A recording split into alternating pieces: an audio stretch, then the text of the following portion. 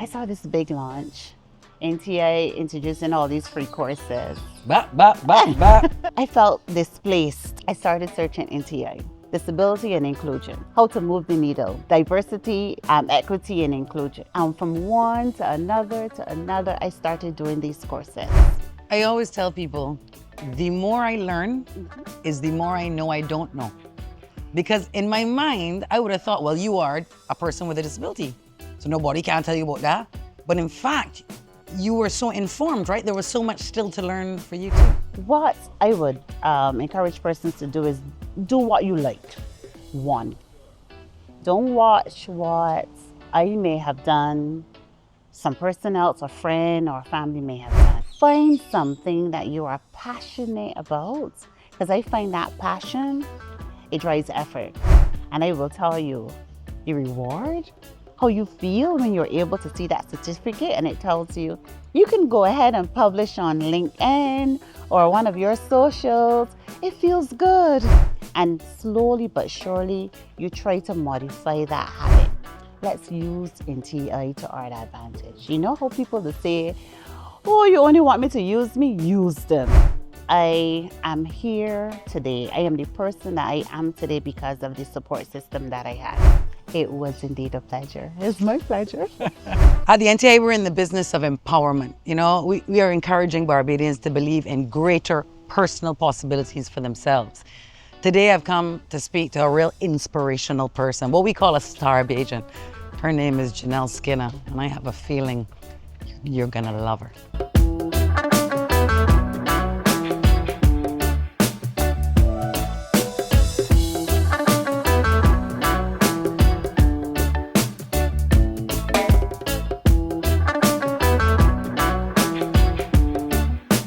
When people ask me what the NTI is, you know, there are many things it is. Of course, it's a website, nti.org.bb, where you can find courses, short or long form, to inform you and upskill you and upgrade you for this modern and digital world. We're also an organization that helps train people. We do that across this country. But the reason I love to be part of the NTI is because we are trying to change and shift a mindset of a people. We're trying to leave behind parts of our culture that no longer serve us, that are no longer fit for purpose in this modern world. And it leads me very nicely to our guest this morning, Janelle Skinner. Good afternoon, good morning, I should say. Welcome, thanks for being here with us. Good morning, Alice. It's a pleasure and thank you so much for having me. Well, we will get on to your NTI courses and all that down the road, but I want you to tell us a bit about who you are. But just tell me, it's only me here. About who you are and what happened, how you ended up in a wheelchair. Janelle is, I would say, ordinary Bajan. I am a socialite. I am a sister, an aunt, a dog mom. I've been in customer service for over 22 years, and I'm also a licensed counseling psychologist. Wow. That's a lot of skill sets. It is. So start at the beginning. You're from St. Lucie, from the north. I am. Big up all St. Lucie people. You know, my people, I told you, come out of Great Hall. Yes. Yes. And where'd you go to school? Well, let me start first. I grew up in a quaint neighborhood, Durham, in St. Lucie, and I spent most of my life there. I went to school at St. Lucie's Primary School, and then after there, I went on to St. James Secondary. Now the Frederick Smith Secondary School, but it will always be St. James Secondary for me. During that time, like I said, I spent most of my time there in St. Lucie, but then I moved overseas and I lived in New York City for a while. And that is when, I acquired my disability. Just like we're sitting here, I was doing what I love. I used to do hair then, and I started to feel unwell. Sat down, drank a cup of tea, started to feel better, and when I did to get up, I realized I could no longer move. That was a shock. Could no longer move? I could no longer move.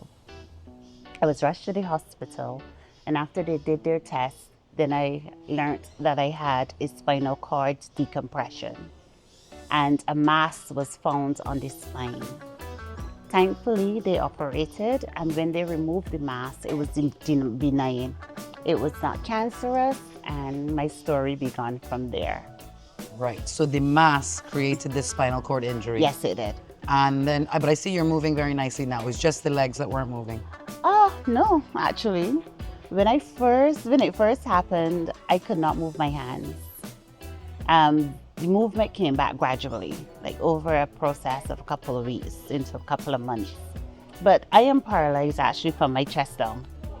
Many people don't notice that because I'm sitting upright, and they naturally assume that I'm paralyzed from my waist, but my paralysis begins from here. It's hard to know what question is the question to ask at this stage, but that happens in one's life. How old were you? 21, the prime of my life. That's the age when everyone is now beginning to live, explore life. And I guess that's why it was so hard for me at that stage also. How did you come to grips with it? Who told you? Tell us that moment when they said, look, this is the story. I was devastated, as understandable. But I think I am here today. I am the person that I am today because of the support system that I had. My family, they rallied together. I had persons who I did not even know that knew I was in the hospital in New York City, and they came. You know, people say Bajans malicious, but I wouldn't. They are.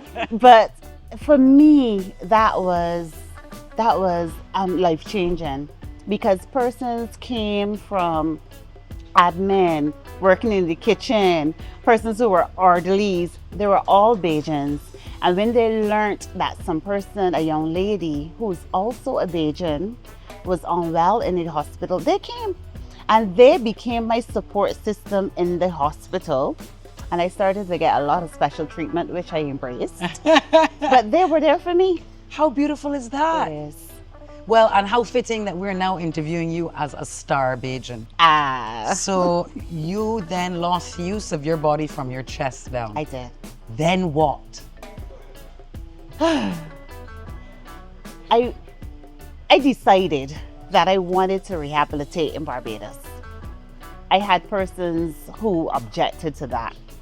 Family, friends, they thought I was crazy. You trying to stop in America, yeah? You're gonna leave New York City with all of this care and go back to Barbados to do what? But I wanted to be home. I left the hospital, the rehab center, got on a plane 5 o'clock that morning and came straight back to Barbados. When I got to the Grantley Adams International Airport. Sorry to laugh ahead of time. And those departure doors open, I sat there and I cried. My neighborhood, my friends who weren't carrying balloons, who weren't there welcome home. I mean, I had over like 30, 40 people outside there sitting and waiting to embrace me. Wow. And that told me, you know what, I'm gonna be good. And look at me today. I believed I made the right decision. Goosebumps. 40 people waiting for you at Grantley Adams upon your return tells me everything about you. Tells me everything about who you are to your family, to your community.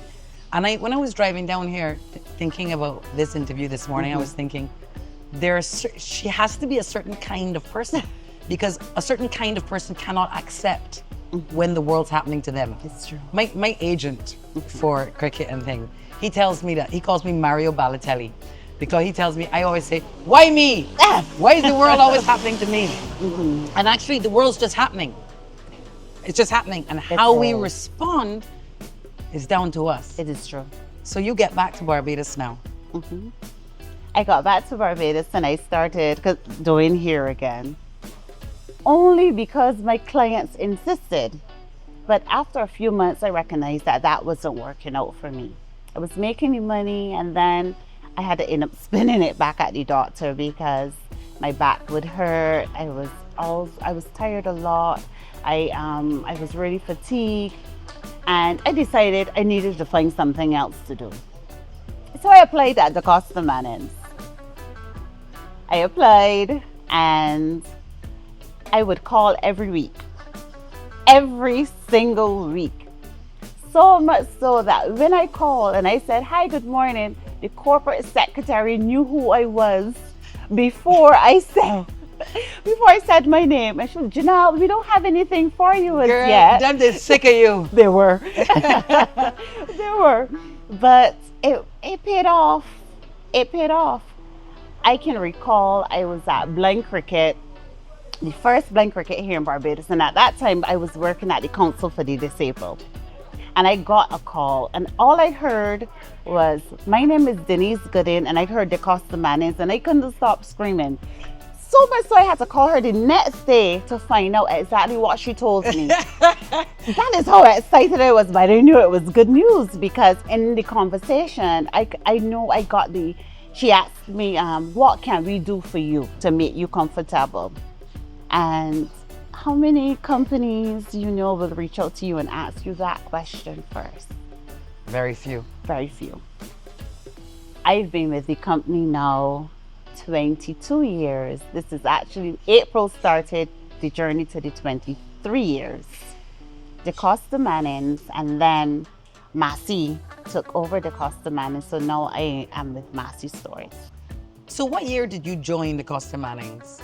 I started with the company in 2002, and that was a year when persons did not make any accommodations really for persons with disabilities. Because if we think about that time, early 2000s, there wasn't a lot of awareness about people with disabilities. At all. So the job you were applying for was what job? Any job? Any job. And then they called and said, "How can we make you comfortable?" Yeah. So tell me about day one. Day one, I think I was at the council then, and Rosanna Tudor, I think she was more excited than I was. When I got there in the morning, Rosanna was already at the doors, making sure they had a ramp, looking at bathroom, looking at office space, because she was like, "I need to make sure that Janelle is okay." And I was excited. It was surreal.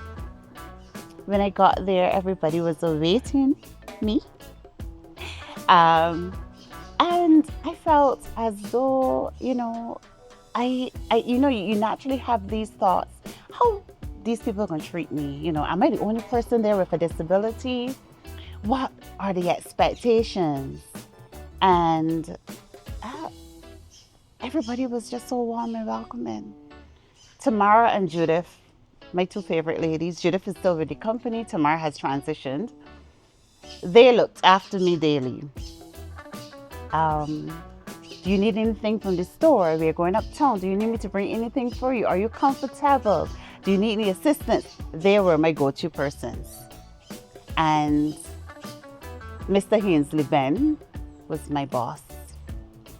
And he actually was the individual who ensured that because I went on part-time. And one day he came to me, he said, "No, you're a valuable contribution to my department. No, I'm going to ensure that you are put full-time." And he followed through on his word. And within, I think, a year, I was full-time in the company. What were you doing there? I was in customer service. Well, my roles changed over the years. I was in customer service primarily then, and then it was customer service and marketing, and I had loved the marketing aspect of it. And at that point, Hainsley Ben was the marketing manager. And then over the years, the departments, they separated again. So I'm back in customer service. Just got the personality for it, Janelle, going and coming. You know that we're pretty bad at customer service as a country. Why do you think that is? I think people are dealing with their own stuff. And unfortunately, sometimes we can't separate personal from professional. And that comes from the customer to the employee.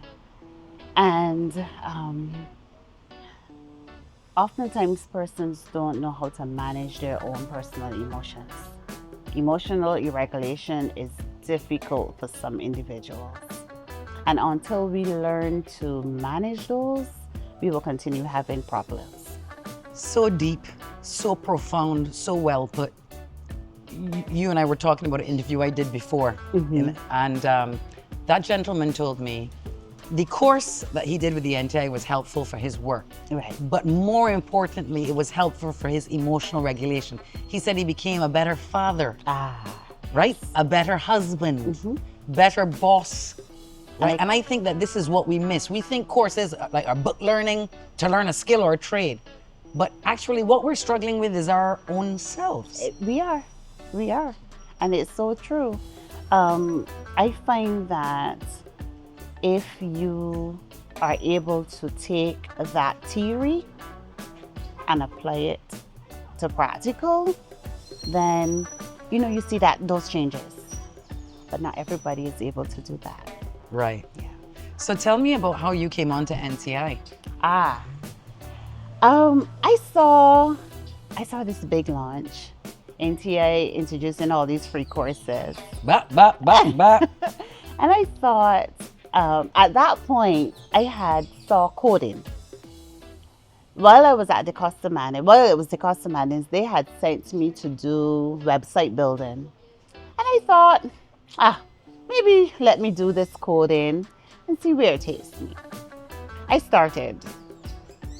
I didn't finish. It did for you. No, I didn't finish, unfortunately. And then I think it has to do too with time and place, where you are in your life at that point of time.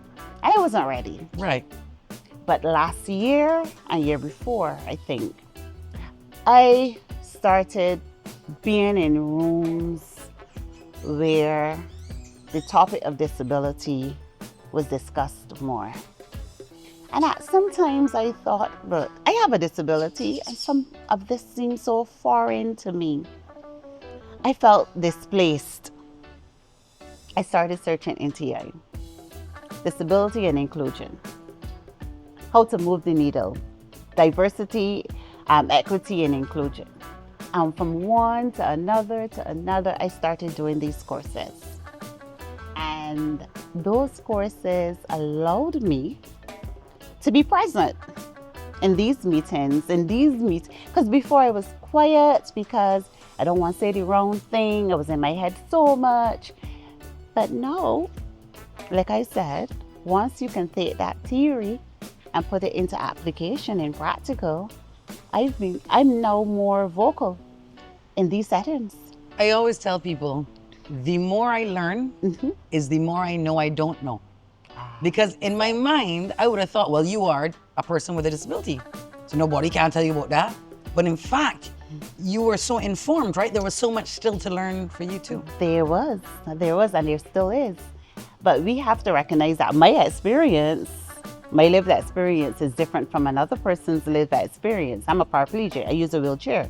I can't speak for those persons who are blind until I have the information about those individuals that I can speak and I'm informed, adequately.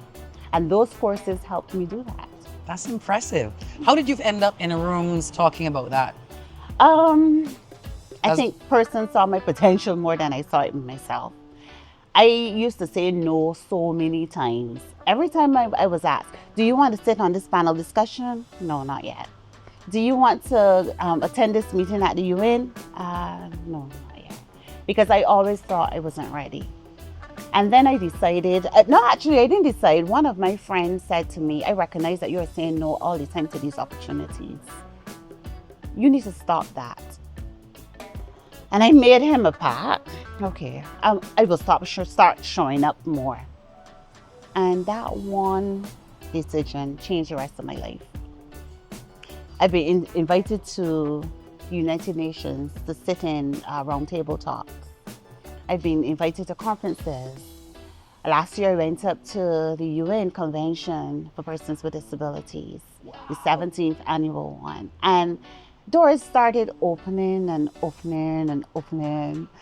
And then I think it also helped when I did my master's in counseling, because now you have the counseling degree. I went ahead and was licensed, and now I have the disability advocacy. So it was like a perfect marriage. Oh my goodness. Yeah. It is perfect. Yeah. I'm taken aback. I didn't know you were doing all that though. I didn't even know I was doing all of that either until I started writing down, then to realize, okay, when I look back at last year, you really did a lot. Sometimes we don't recognize how much things we're doing until we start to record it. And I always tell my clients that, right, as little as you think it may be, right. And when I look back at my year in review, I'm like, Janelle, I'm real proud of you. I am proud of you too. You know, I was thinking, obviously we're coming to talk to you because you're a STARR Bajan. You used NTI, obviously to great effect. Yes.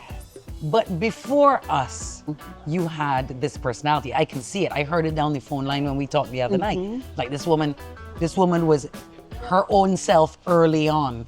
How do we impact or encourage Barbadians who maybe don't have that get up and go that you had to use the NTI to their benefit the way you have? What I would encourage persons to do is do what you like. One, don't watch what I may have done, some person else, a friend or family may have done. See how coding didn't work for you? No, it didn't, for sure. It So didn't. there we go. You moved on. Find something that you are passionate about, because I find that passion, it drives effort. And once you're passionate about it, look for something. There is something, trust me, because I've spent countless nights looking for courses and I'm like, aha, I didn't know they had this. There will be something. And when you start being intentional about it, because we know sometimes life happens. You may start a course and then you get this prompt telling you, okay, you need to submit this assignment by 12 o'clock tomorrow night. Be intentional. When you start, follow through on it. And I will tell you, the reward, how you feel when you're able to see that certificate and it tells you, you can go ahead and publish on LinkedIn or one of your socials. It feels good. It feels fantastic. It's got to. Yeah. On the way here, I stopped and was talking with some young men at the side of the road. And I asked them, I always ask the people this, how your week was, what struggles you're dealing with this week? And a guy looked at me and said, I can't keep a promise to myself. He said, every day I tell myself I can stop smoking. And then, I don't know, it must be my subconscious. I say, all right, tomorrow. No, I need this meditation. No, I need this little break. We struggle, the whole globe does, Barbados too, with mental health. Yes. I am a believer that when you don't keep promises to yourself, I am guilty. That you start to wind down your own confidence because you're like, I told myself I was going to do that yesterday, I didn't get to do. Yeah. I can push that forward till next week. I can do that tomorrow. How do you just do? How do you just do? I don't know how it's just do. But in order for us to modify some of those behaviors, we have to know exactly what it is we are modifying, what it is we want to change, what is the end goal. Start small. Write your goals, but start small. How do you intend to achieve this? If I smoke and I want to stop smoking, do I smoke 10 times a day right now? Let me see if I can get it down to 8.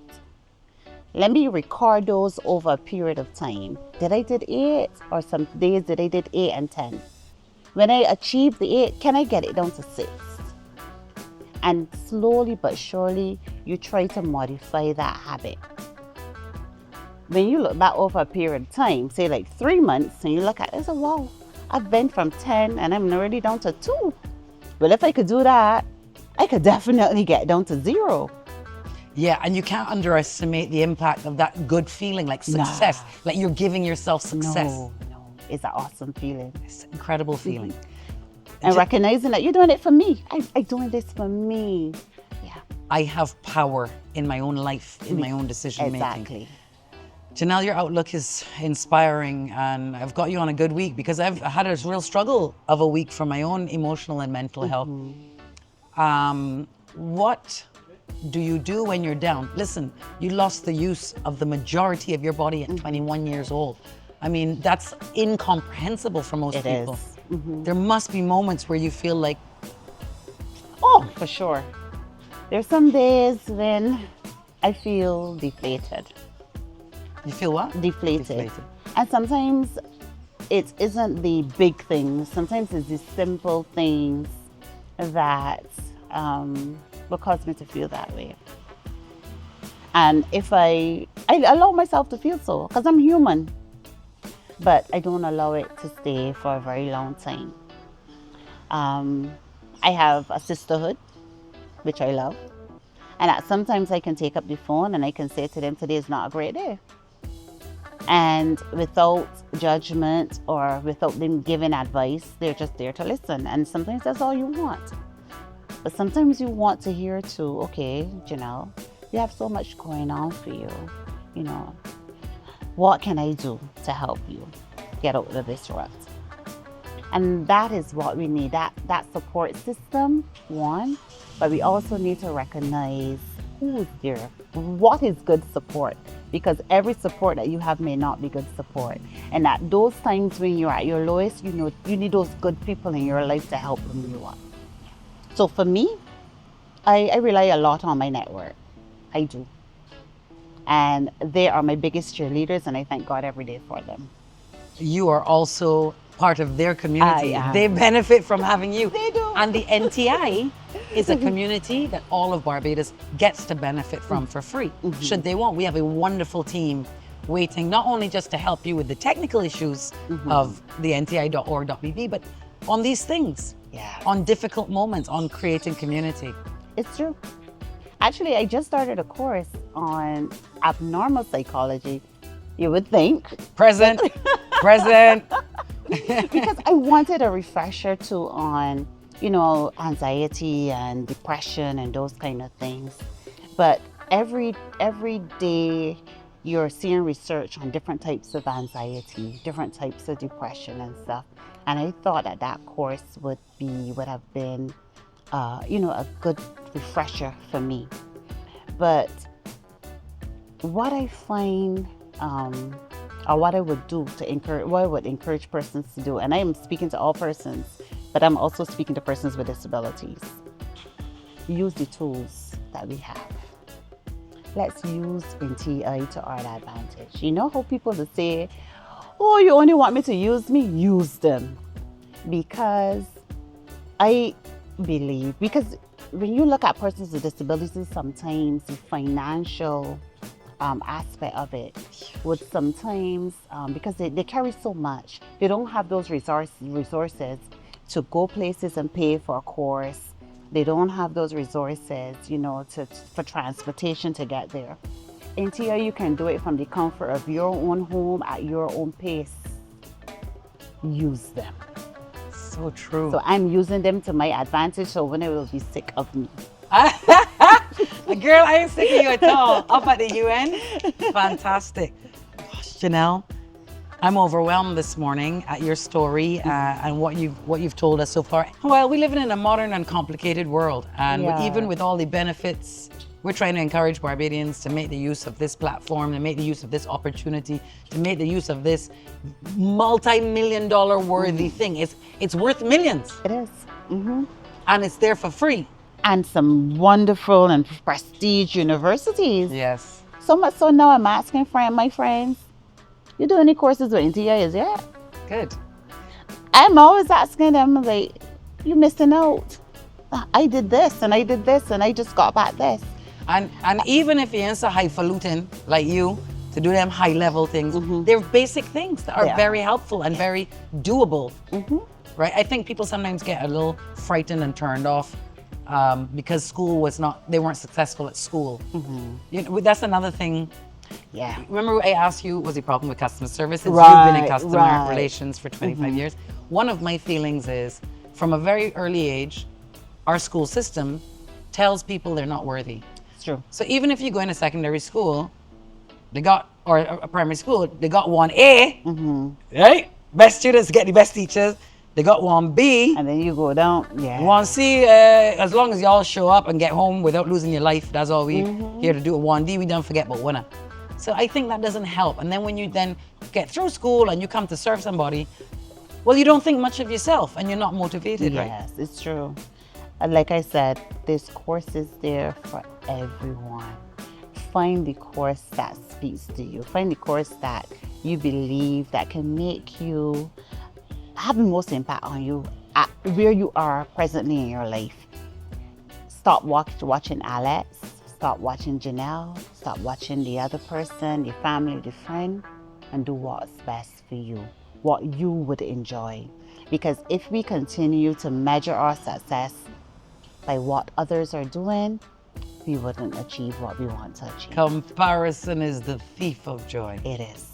I want to ask you about how you know our Maria, because Maria, of course, is within the NTI our most inspirational member and representative for people with disabilities. And she was the one who recommended we speak to you.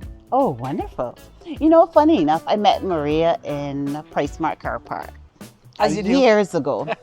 And because I drive, and she had accompanied her mom at the time, and she inquired about the vehicle. She introduced herself, we had good conversation, and she inquired about the vehicle. And we exchanged numbers there. And I think it was like a while after that, then we started interacting. But then Maria became the president of the council. And she would often call on me to do things for the council. And in my shell, at that time, I would also decline. But Maria is very persistent. And when she wasn't calling, she had Rosanna at that time call. And I would always hear Rose say, but Maria said she's not taking no. And eventually, bit by bit, Janelle started to get out her shell. So I have Maria to thank for that push, you know, that little motivation and encouragement, you know, to not say no. So Maria is a sweet person, and I am really thankful that I got the opportunity to meet her and that today we are good friends.